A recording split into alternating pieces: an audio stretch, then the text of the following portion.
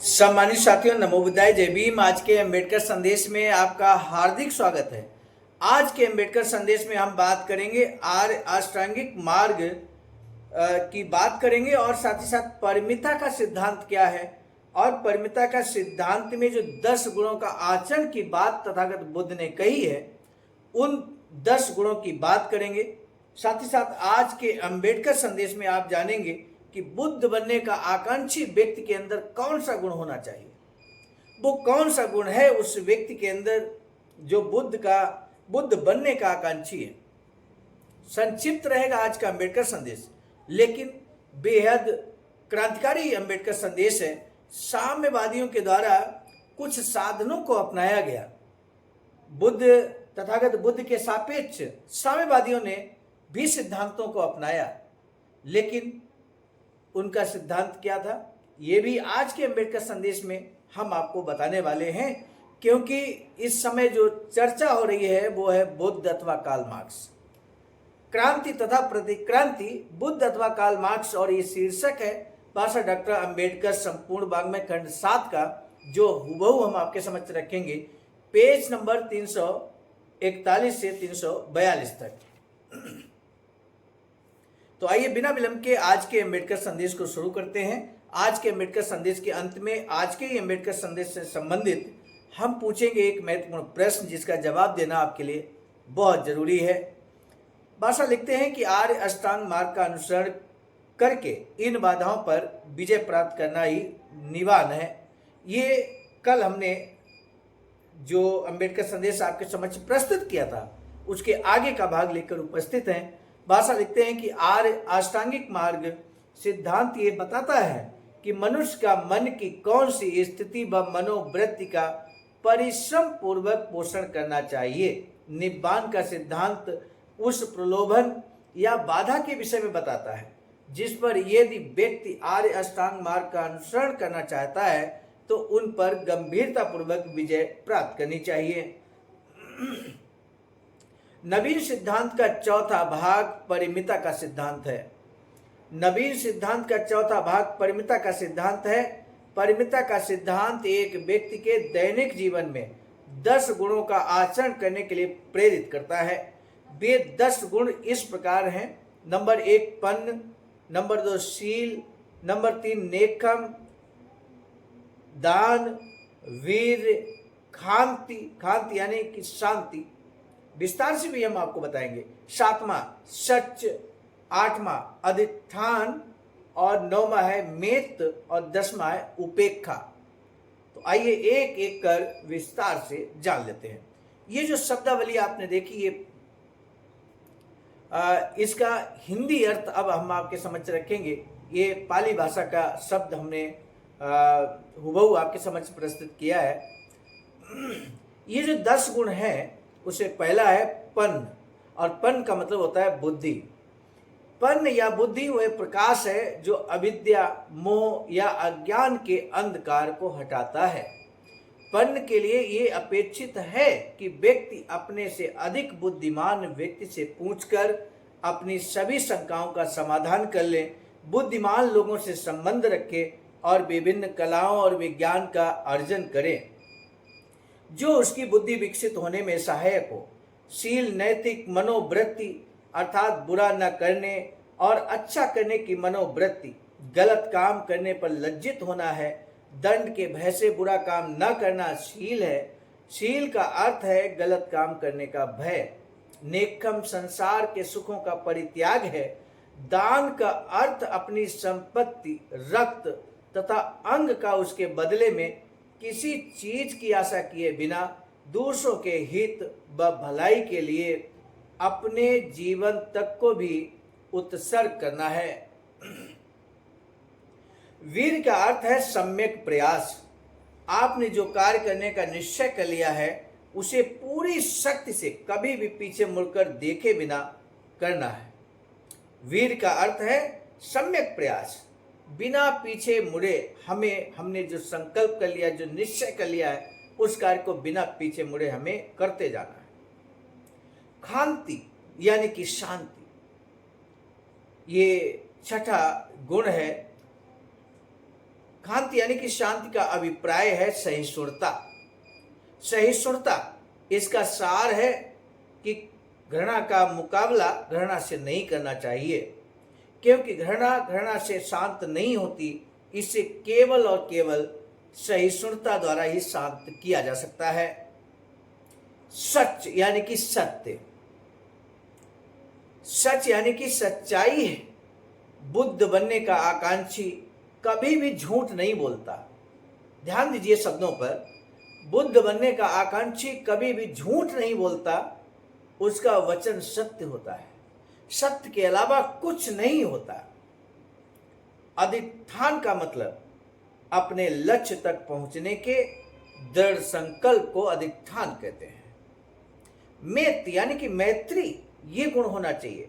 सभी प्राणियों के प्रति सहानुभूति की भावना है, चाहे कोई शत्रु हो या मित्र, पशु हो या मनुष्य, सभी के प्रति मैत्री होना चाहिए। उपेक्षा अनासक्ति है जो उदासीनता से भिन्न होती है।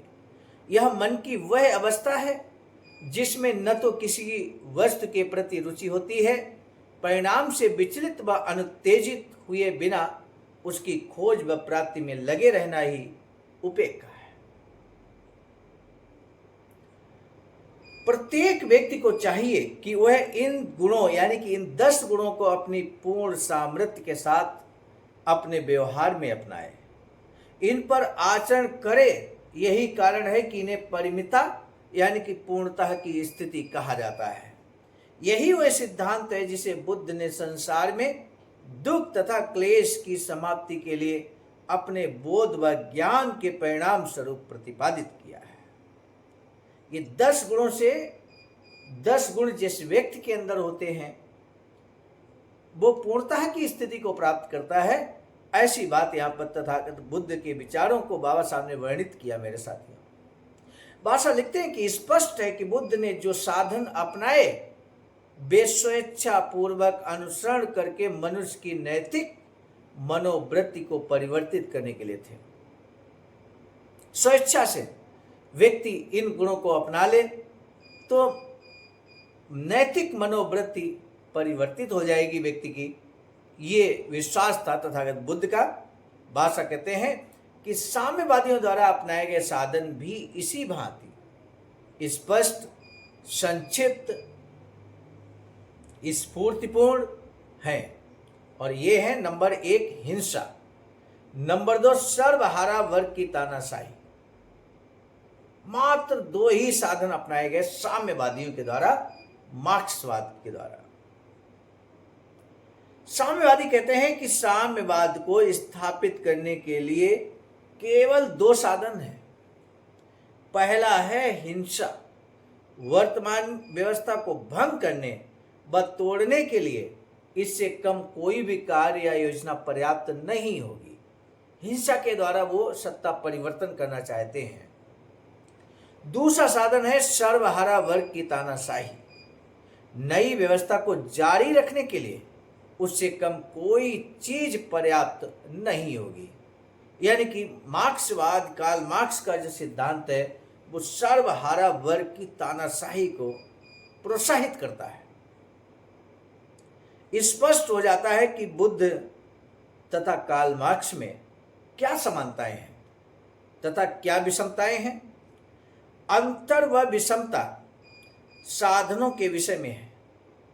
साध्य दोनों में समान है। दोनों ही सामाजिक परिवर्तन करना चाहते हैं, लेकिन साधन अलग अलग है। साधन अलग अलग है। कार्ल मार्क्स चाहते हैं हिंसा हो, सर्वहारा वर्ग की तानाशाही हो। तथागत बुद्ध चाहते हैं सामाजिक परिवर्तन हो, मनोवृत्ति, जो सामाजिक मनोवृत्ति है, नैतिक मनोवृत्ति में परिवर्तन हो लोगों के। लेकिन उसके लिए 10 गुण होना जरूरी है। और वो 10 गुण क्या है ये हमने आपको अभी अभी बताया। अब आज के अम्बेडकर संदेश का जो महत्वपूर्ण प्रश्न है वो हम आपसे जरूर जानना चाहेंगे। बुद्ध बनने का आकांक्षी जो व्यक्ति होता है वो क्या कार्य नहीं करता। बुद्ध बनने का आकांक्षी व्यक्ति क्या नहीं करता है, ये महत्वपूर्ण प्रश्न है आज के अम्बेडकर संदेश से संबंधित। मुझे पूरा विश्वास है कि आप इस प्रश्न का जवाब कमेंट सेक्शन में जरूर लिखेंगे। आज का अम्बेडकर संदेश काफी संक्षिप्त और सारगर्भित रहा। आपने अंत तक सुना, इसके लिए हम तहे दिल से साधुवाद ज्ञापित करेंगे। एक और निवेदन आपसे है, विनम्रता पूर्वक निवेदन है कि हमारे इस अम्बेडकर संदेश को, क्योंकि बाबा साहब ने जो तथागत बुद्ध की बातों को यहाँ पर रखा है, व्यक्ति के अंदर नैतिक मनोवृत्ति में परिवर्तन हो, ये हम सभी अम्बेडकरवादी बुद्धवादी लोग चाहते हैं। और ऐसे में यदि आप इस अम्बेडकर संदेश को नहीं शेयर करेंगे तो बताइए परिवर्तन कैसे होगा। इसलिए मेरे साथियों, जरूर शेयर कीजिए इस अम्बेडकर संदेश को हर अम्बेडकरवादी बुद्धवादी तक। इसी निवेदन और आह्वान के साथ यदि आपने हमारे इस चैनल आवाज का ऑफिशियल को अभी तक सब्सक्राइब नहीं किया है तो बेल आइकन के साथ सब्सक्राइब जरूर कर लें। दीजिए इजाजत, आप सभी को सादर नमो बुद्धाय, जय भीम। सामान्य साथियों, हम एक महत्वपूर्ण बात बताना उचित समझते हैं। बाबा साहब की अधूरी इच्छा के अनुरूप एक वैचारिक सेंटर निर्माणाधीन है सारनाथ वाराणसी में, जहां पर 14,000 स्क्वायर फीट जमीन परचेज कर ली गई है ring road green city Faridpur Sarnath में। वैचारिक सेंटर के प्रशासनिक ब्लॉक का निर्माण कार्य कंप्लीट हो चुका है। शानदार बेहतरीन प्रशासनिक ब्लॉक का निर्माण पूर्ण हो चुका है। आगे अब मुख्य भवन को बनाने की बारी हम सबकी है और इस हेतु आप दिए गए अकाउंट नंबर पर अपना अमूल्य योगदान कर सकते हैं।